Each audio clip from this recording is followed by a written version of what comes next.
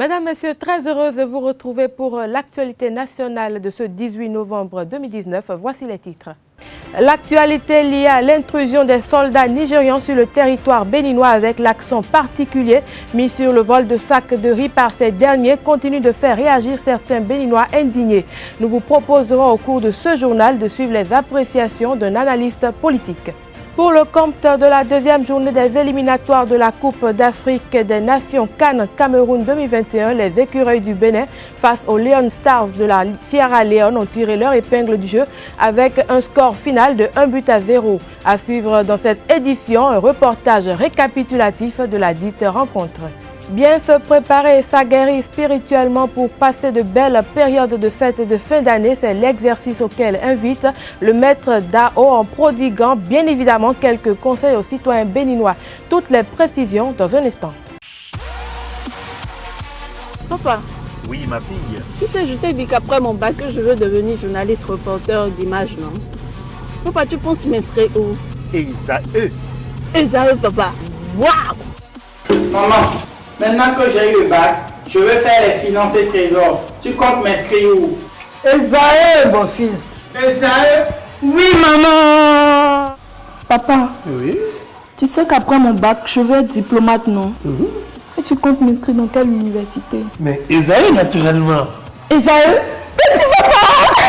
À ESAE, vous êtes bien formé dans les filières comme administration du travail et de la sécurité sociale, administration générale et territoriale, administration des impôts, gestion des marchés publics, planification et développement local, droit et sciences économiques et de gestion. ESAE, c'est aussi sa télé numérique ESAE TV et son journal L'Informateur. ESAE, c'est à Bedjromede, 3e rue après le carrefour 16 ampoules allant à Jericho. Numéro de téléphone 98 98 14 00 96 80 55 11 90 93 65 21.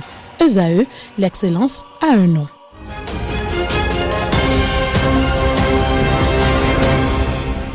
À nouveau, bonsoir et bienvenue. L'intrusion des soldats nigérians qui ont pris de force des stocks de riz en terre béninoise et la réaction du Bénin frisent un incident diplomatique. Au-delà de cet incident, l'attitude des citoyens nigérians et la fermeture unilatérale des frontières avec ses voisins, tous de la zone franc, révèlent de grandes failles dans les organisations régionales comme la CEDEAO. Les perspectives de la monnaie unique et de l'éco sont mises à mal par cette actualité qui entrave les décisions communautaires. Nous vous proposons de suivre le commentaire de l'analyste politique Didier Samson. Il est au micro de Carles Kitome et de Billy Laibi. À première vue, on dira que c'est toujours, ça ne fait pas très sérieux, c'est pas très bien, c'est condamnable, ce n'est pas sérieux. On peut ajouter tous les commentaires qu'on veut là-dessus pour désapprouver ce qui s'est passé. Mais c'est tout simplement le reflet de la vraie situation de nos pays où on crée des institutions internationales qui n'ont aucun fondement, qui n'ont pas d'assises. Je veux parler de la CEDEAO. À partir du moment où on parle de libre circulation des biens des personnes, le Nigeria ne devrait plus prendre unilatéralement la décision de fermer des frontières. Parce qu'il enfreint tout simplement aux dispositions qui disent que nous sommes dans un marché en principe commun. Le Bénin est devenu le grenier du Nigeria. Mais si nous sommes dans un marché commun, tant mieux, puisque les produits pétroliers du Nigeria, les plastiques et autres choses, même si il faut réglementer ça autrement, ça vient donc en compensation. Il faut trouver maintenant des niveaux de compensation. Vous fournissez le riz, le maïs, le piment, je parle du piment parce que je sais qu'ils consomment énormément cela, et puis le maïs, etc. Très bien, très bien. Le Bénin va fournir. En même temps qu'on fournit le Nigeria, on n'a jamais connu de disette au Bénin. Donc ça veut dire que la capacité de production de ces denrées vivrières sont telles que le Bénin peut alimenter l'étranger, en l'occurrence le Nigeria. Puis la chose malheureuse que nous avons vue sur nos frontières, c'est-à-dire les forces armées ou des gens en uniforme qui sont venus se servir ou faire un peu n'importe quoi au Bénin, c'est également le signe que nous sommes dans un espace où la loi du plus fort est toujours la meilleure.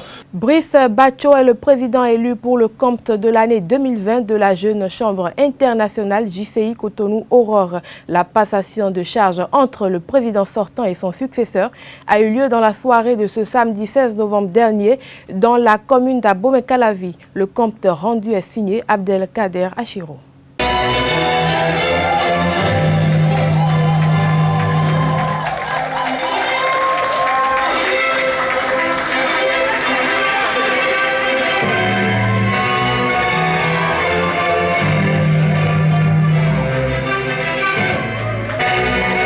C'est à travers ce rituel d'une solennité très emblématique que s'est matérialisée la passation de charge entre Michel Sonkpehwe, président sortant, et Brice Dossa Bacho, président élu pour le compte de l'année 2020, à la tête de la JCI Cotonou Aurore. Après son élection à la tête de cette organisation pour le mandat 2020, Brice Dossa Bacho, dans la soirée du samedi 16 novembre 2019, à la faveur d'un dîner de gala, a reçu tous ses attributs de fonction, dont le maillet, symbole du leadership et du commandement. Devant parents, alliés et amis d'une part, et d'autre part des membres de la JCI Cotonou Aurore et ceux des organisations sœurs, cette passation de charge s'est déroulée dans une atmosphère pleine d'émotions et empreinte de convivialité et de fraternité. L'heure a été au bilan et à la prospective. Tout ce chapelet d'activités a été une réalité grâce à la confiance placée en moi par le CDL 2019, marquant notre temps. Chers amis Michel Sonkpehwe et toute son équipe, je vous remercie pour m'avoir permis de vivre cette très belle expérience. Nous gardons l'espoir que nous avons été à la hauteur de la mission qui nous a été confiée. Que Dieu te bénisse et bon vent à toi pour la suite de ta mission ici. La foi en Dieu donne à la vie son véritable sens. Le mandat 2019 de la Jeune Chambre internationale Cotonou Aurore a eu du sens parce que la Providence en a décidé ainsi. Sans incident majeur et au prix du labeur, nous avons soleil après soleil, lune après lune, pluie après pluie, conduit le mandat 2019 jusqu'à ce jour. Que Dieu soit loué. Domikba, mikba mauche hami, mauche do boe, pikba lojeha. Des messages de gratitude, d'assurance et d'invite à l'abnégation ont été prononcés tout au long de cette soirée en vue de rendre plus forte cette convention locale. Aussi, honneur a été fait aux pastes présidents et sénateurs présents et représentés à cette soirée.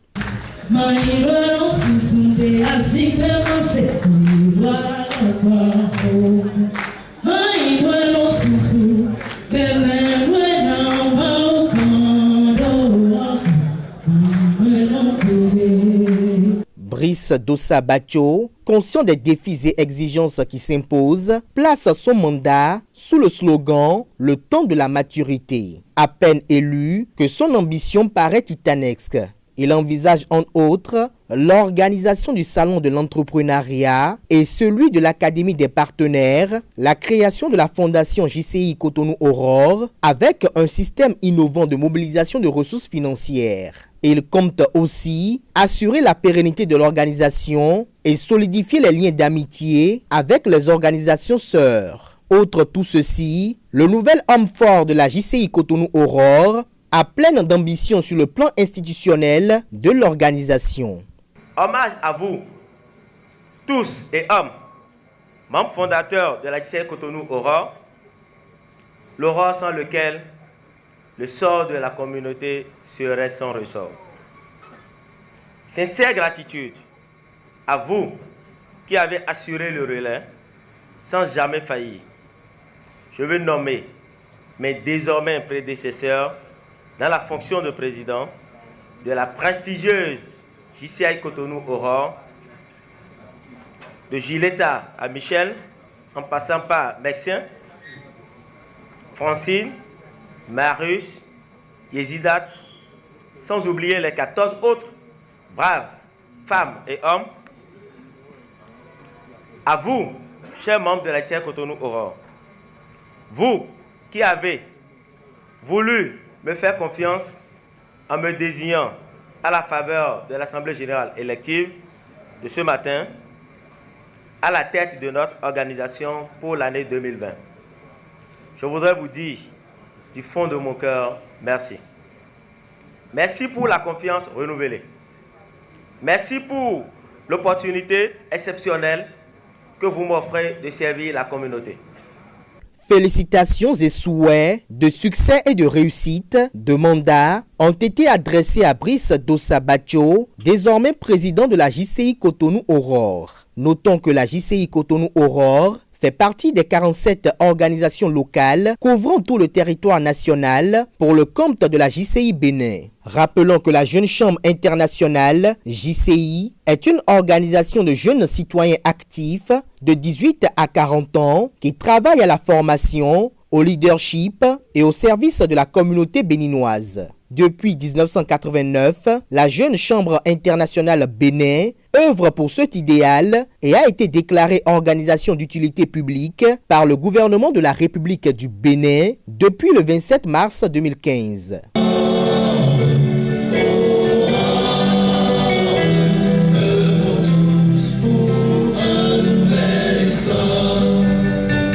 Restons dans le cadre de cette passation de charges riche en couleurs et en émotions. Je vous invite à présent à suivre un extrait du premier discours du président 2020 JCI Cotonou Aurore, Brice Batcho, au micro d'Abdelkader Achiro. Lorsqu'on a 20 ans, aujourd'hui, on n'a pas le droit de ne pas tenter quelque chose. Fin de citation. Notre organisation a amorcé ces jubilés de porcelaine. Oui, et lorsqu'on a 20 ans, on prend de l'âge, mais aussi on devient mûr. Pour notre organisation, la Belle Aurore, voici donc venu le temps de la maturité. Parce que le temps de la maturité, mon comité directeur et moi travaillerons à améliorer l'image et la notoriété de la JCI Cotonou Aurore au sein de la communauté, par la participation active des membres à une vie associative plus épanouissante. Pour ce faire, 3 axes stratégiques seront explorés.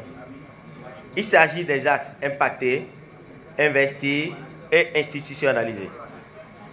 Au titre du volet impacté, nous travaillerons en 2020 à impacter la communauté du 9e arrondissement de Cotonou à travers la mise en place du projet Youth Achievement 2.0 qui contribuera à la réduction du taux de chômage au sein de la jeunesse par l'apprentissage d'un métier avant la fin du cursus scolaire des élèves du CG Zogbo et du collège Lenokwe. Nous allons finaliser la construction de salles de classe du CG Veki dans la commune de Soava. Nous allons également assurer la visibilité de l'organisation en assurant à chaque quadrimestre l'apparition du magazine Le Flambeau et en couvrant la médiatisation de toutes les activités officielles et projets du mandat. Au titre du volet investi, 2020 sera l'occasion de célébrer avec faste le jubilé de porcelaine de la JCI Cotonou Aurore à travers une série d'activités confortant les membres ainsi que les partenaires, à savoir la tenue d'une université locale avec des thèmes qui répondent aux besoins individuels des membres, le salon de l'entrepreneuriat, l'académie des partenaires et la nuit des récompenses des partenaires. Nous allons également auditer les finances de l'organisation sur les 10 dernières années et recouvrer sans cotisation auprès des membres et nouveaux membres. Nous allons assurer la pérennité de l'organisation en accueillant au moins 20 membres de qualité qui suivront toutes les formations obligatoires et recommandées par la JCI Bénin. Au titre du volet institutionnalisé, nous consacrerons 2020 à doter notre organisation d'un secrétaire permanent qui assurera son animation et également l'archivage régulier des documents. Nous allons créer la fondation JCI Cotonou Aurore avec un système innovant de mobilisation de ressources financières. Nous allons enfin solidifier les liens d'amitié avec les organisations locales sœurs de la JCI Bénin et les OL jumelles de la JCI Cotonou Aurore en participant à la CAMO Ouagadougou et au Congrès mondial Japon 2020. Mesdames et messieurs, chers amis, chers invités, je voudrais pour finir lancer un appel aux partenaires à soutenir ces ambitions que nous portons pour notre communauté et pour notre organisation. Aux amis des OL sœurs à qui je promets une collaboration harmonieuse.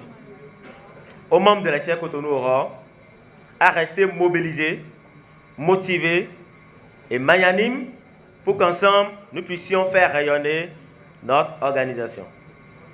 Aux membres du comité directeur local à faire preuve d'abnégation, de passion et de créativité pour réussir la mission à nous confier. Aux aînés, passe-présidents, sénateurs, à continuer leur présence et soutien légendaire. À ma famille, je voudrais solliciter votre indulgence pour accomplir à bien la grande responsabilité qui vient de m'être confiée. La ministre de l'Enseignement supérieur et de la Recherche scientifique, Éléonore Yaïla Descamps, a rencontré dans la matinée du vendredi 15 novembre 2019 les promoteurs des établissements privés d'enseignement supérieur au Bénin. Une rencontre d'échange et de partage en vue de juguler les différents maux qui minent ce secteur. Je vous invite à suivre le professeur Doji Amouzoui, directeur des établissements privés d'enseignement supérieur, lors de son allocution introductive. Avec beaucoup de modestie, vous dire toute ma reconnaissance, ainsi que la reconnaissance des miens. Quand je dis miens, je parle des promoteurs d'établissements privés d'enseignement supérieur. Et le mot est à prendre dans tout son sens. Parce que nous avons toujours vécu comme des partenaires, et un bon partenaire, il y a des hauts, il y a des bas. Ce jour, 15 novembre, est un jour mémorable pour nous.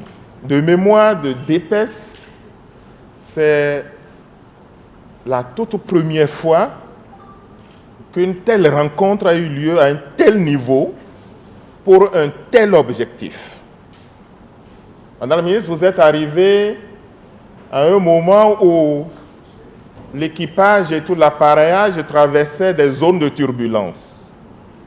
Vous avez su, avec votre cœur maternel, avec votre décision, avec votre leadership, maîtriser l'avion.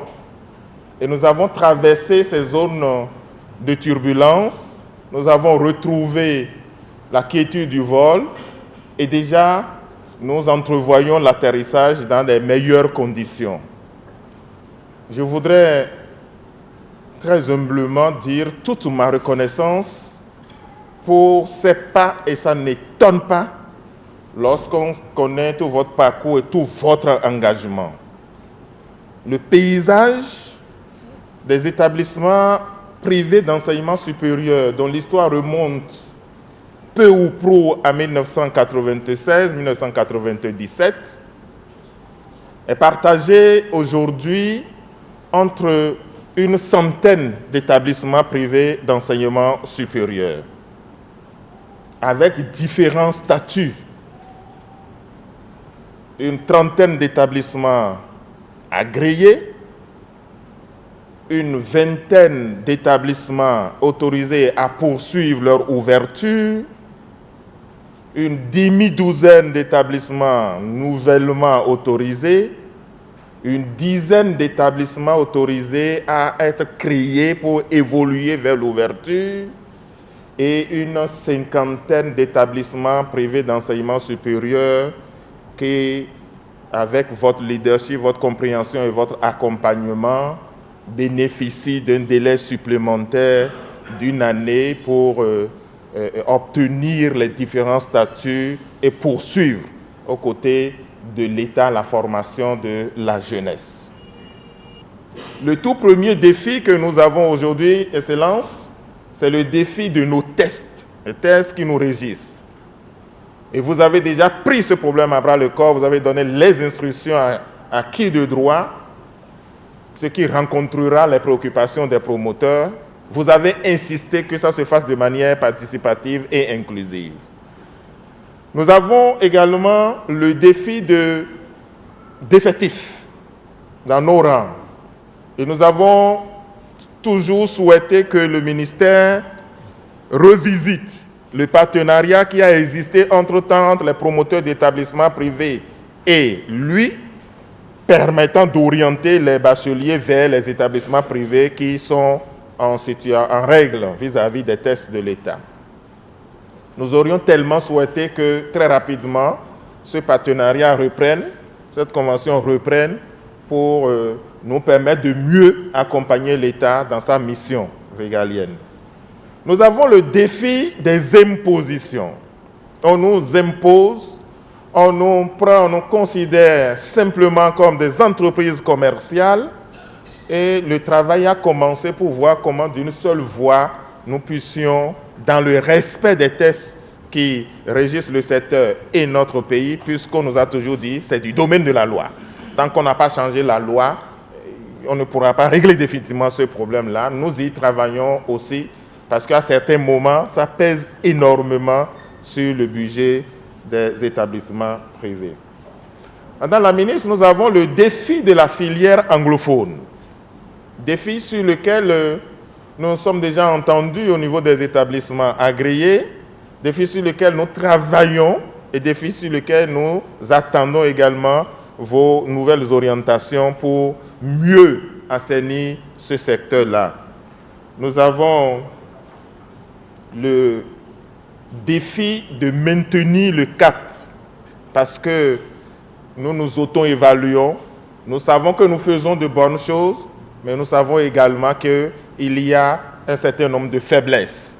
Nous nous sommes entendus pour que le cap amorcé depuis 2016 soit maintenu et même renforcé, ce qui constitue pour nous également un défi afin que le rayonnement des établissements privés d'enseignement supérieur soit beaucoup plus éclatant qu'aujourd'hui. À présent, je vous invite à suivre un extrait des propos tenus par la ministre de l'Enseignement supérieur et de la Recherche scientifique à l'endroit de cette auguste assemblée composée de tous les promoteurs d'établissements privés d'enseignement supérieur du Bénin. Éléonore Yahi Ladécan. Nous irons une autre fois à une assise. Il y aura aussi bien public et privé. Et là, ce serait véritablement parce que les uns et les autres auraient identifié les goulots d'étranglement, identifié des aspects sur lesquels il faut agir pour conduire efficacement le système éducatif de notre pays.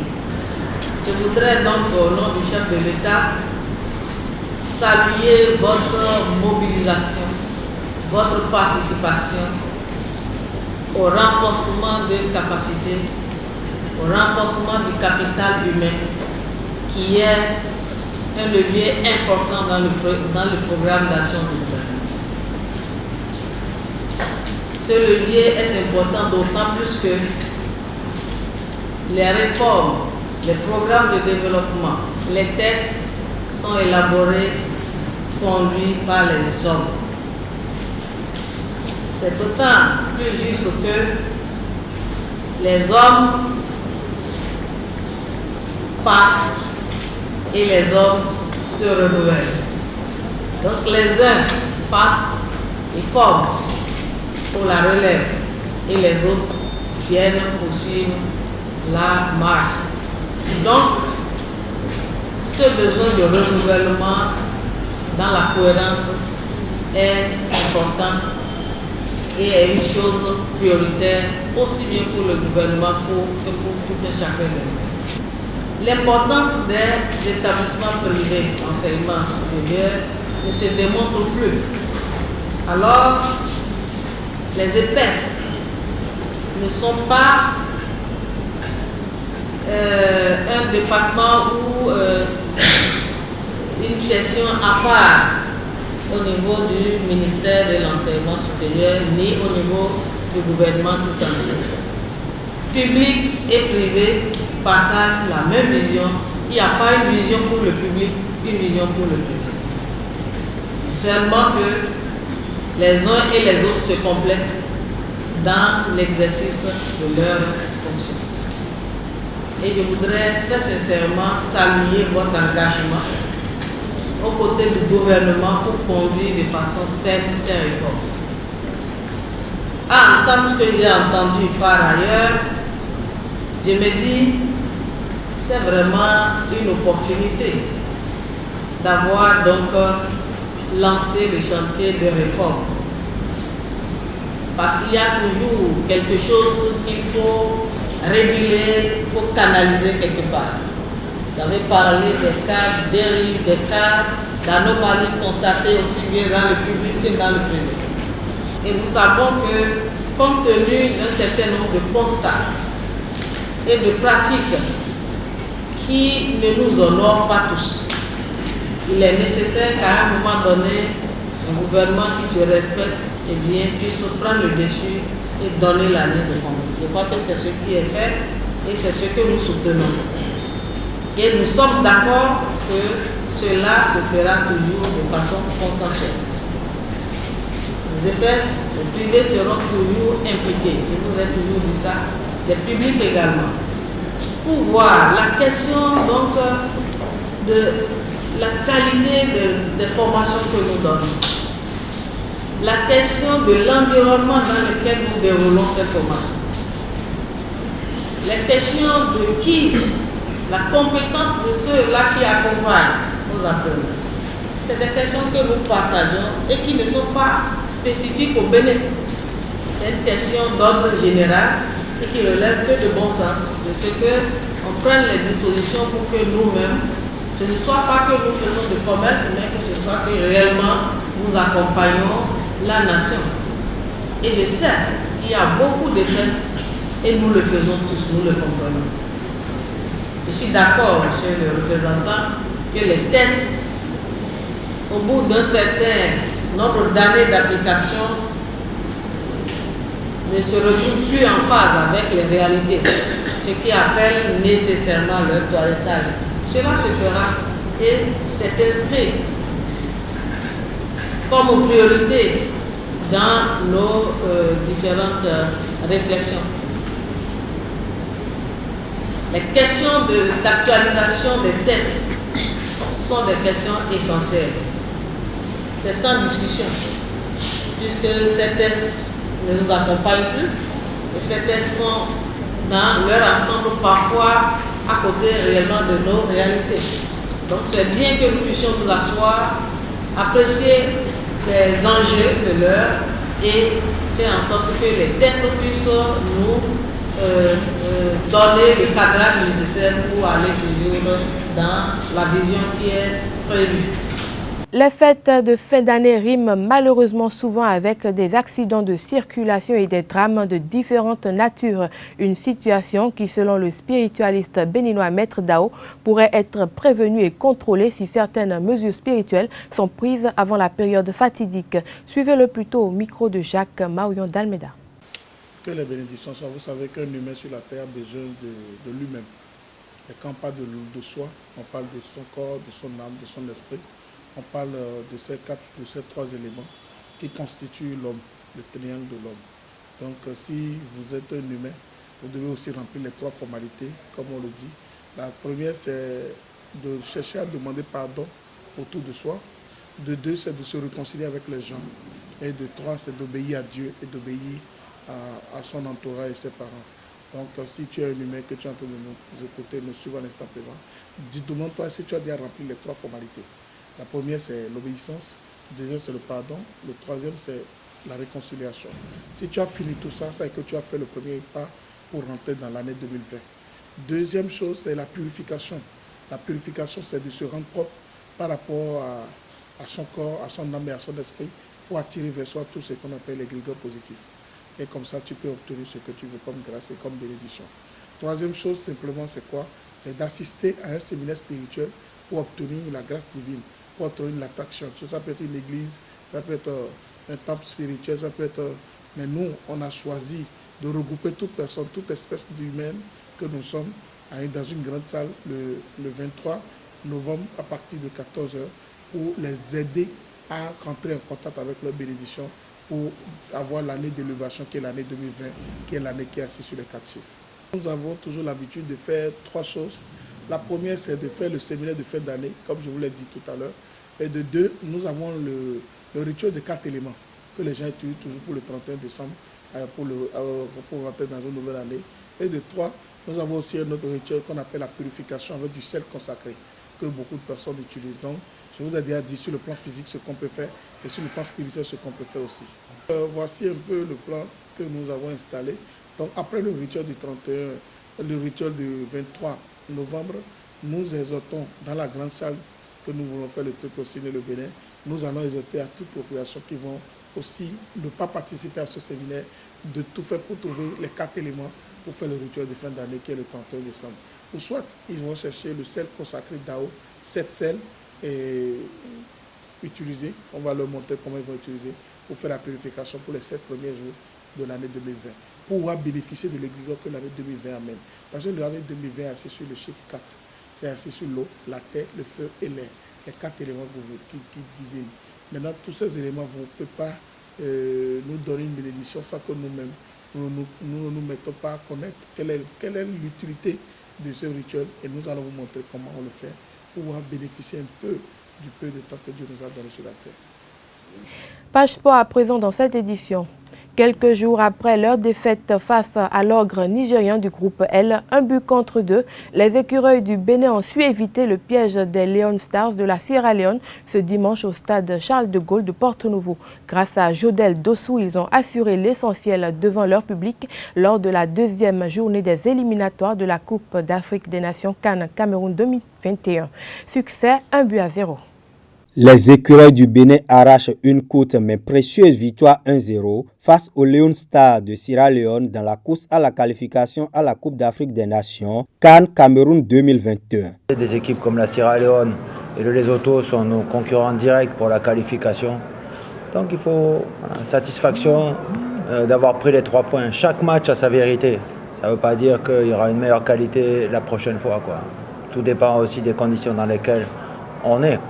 Parce que là, ce n'était pas des conditions pour les 2 équipes. Sous un soleil de plomb, Stéphane Sesseyon et ses coéquipiers déterminés et volontaires mettent le pied sur le ballon dès le coup d'envoi. 3 corners en l'espace de 5 minutes. Mais il manque de justesse technique.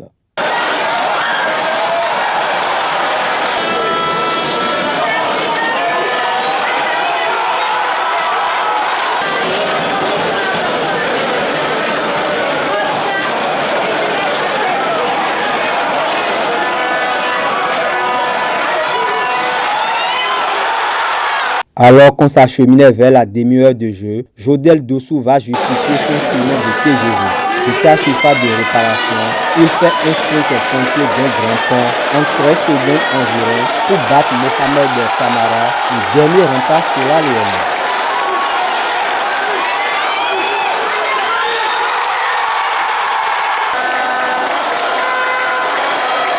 Les écureuils vont à la pause sur cet avantage. Leur seconde période ne sera pas aussi aboutie que la première. Toutefois, ils ont manqué de faire le break sur 2 occasions franches. Au final, on n'a pas été mis en danger de façon outrancière, quoi. Il n'y a pas d'action vraiment majeure. Alors que nous, sur la seconde mi-temps, on a 2-3 occasions très franches. Ça nous aurait permis de finir le match un peu plus tranquillement, quoi.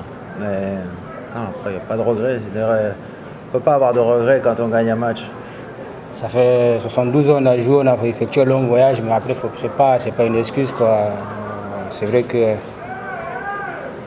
il y a eu moins de réussite de mon côté aujourd'hui, mais bon, le plus important, c'est de retenir la victoire parce qu'on savait que ça allait être un match difficile. Grâce à ce succès, le Bénin se repositionne dans le classement du groupe L, deuxième avec 3 points, derrière le Nigeria leader avec 6 unités. Après ces 2 premières journées, la campagne qualificative va connaître une longue pause jusqu'en fin août 2020 avec la réception du Lesotho. Le sélectionneur sierra-léonais Sélas Tété livre au micro de nos reporters ses impressions. I congratulate both sides. I think both sides did very well. At least the first half, the Nuans at least dominated play for a pretty long time. And we defended very well defensively. Félicite les deux équipes. On a eu une première partie où le Bénin a largement dominé la partie. En seconde partie, on a mieux joué. Lorsque vous analysez profondément le match, vous vous rendez compte que la plupart des attaques béninoises sont venues de nos erreurs. Donc c'est nous qui avons commis les erreurs pour que les Béninois puissent avoir leurs attaques. Et pour avoir de bonnes occasions, il faut que les attaquants soient techniquement et tactiquement en place et au point. Donc c'est ce qui a pesé contre nous. Je félicite une fois encore les deux équipes pour leur match. Mistakes, and when you look at attacking options, it's quite motivating and technically and tactically good. But unfortunately, we couldn't make use of the few set pieces we had. But all the same, I think both sides did very well, and congrats to both sides. Yes, exactly. They got the equalizer last 10 minutes of the game, and it was an error from one of our players. Oui, c'est normal. Nous regrettons vraiment ce qui s'est passé dans mon pays. On s'est fait rattraper dans les toutes dernières minutes de jeu. On était venu ici pour obtenir un résultat honorable, mais ça n'a pas été le cas. Mais toujours est-il que lorsqu'on regarde le match dans le fond, je peux dire que mon équipe a progressé et c'est ce que je retiens du match. Still, the game itself tells us how we are developing and progressing in our performances, and that is quite impressive for our team. Rappelons que les autres résultats des matchs comptant pour la deuxième édition des éliminatoires de la CAN Cameroun 2021 se présentent comme suit. Eswatini Sénégal 1-4, Tchad Mali 0-2, Ouganda Malawi 2-0, Soudan du Sud Burkina Faso 1-2 et Afrique du Sud Soudan 1-0. Ce sera tout pour cette édition. Merci de nous avoir suivis. À bientôt.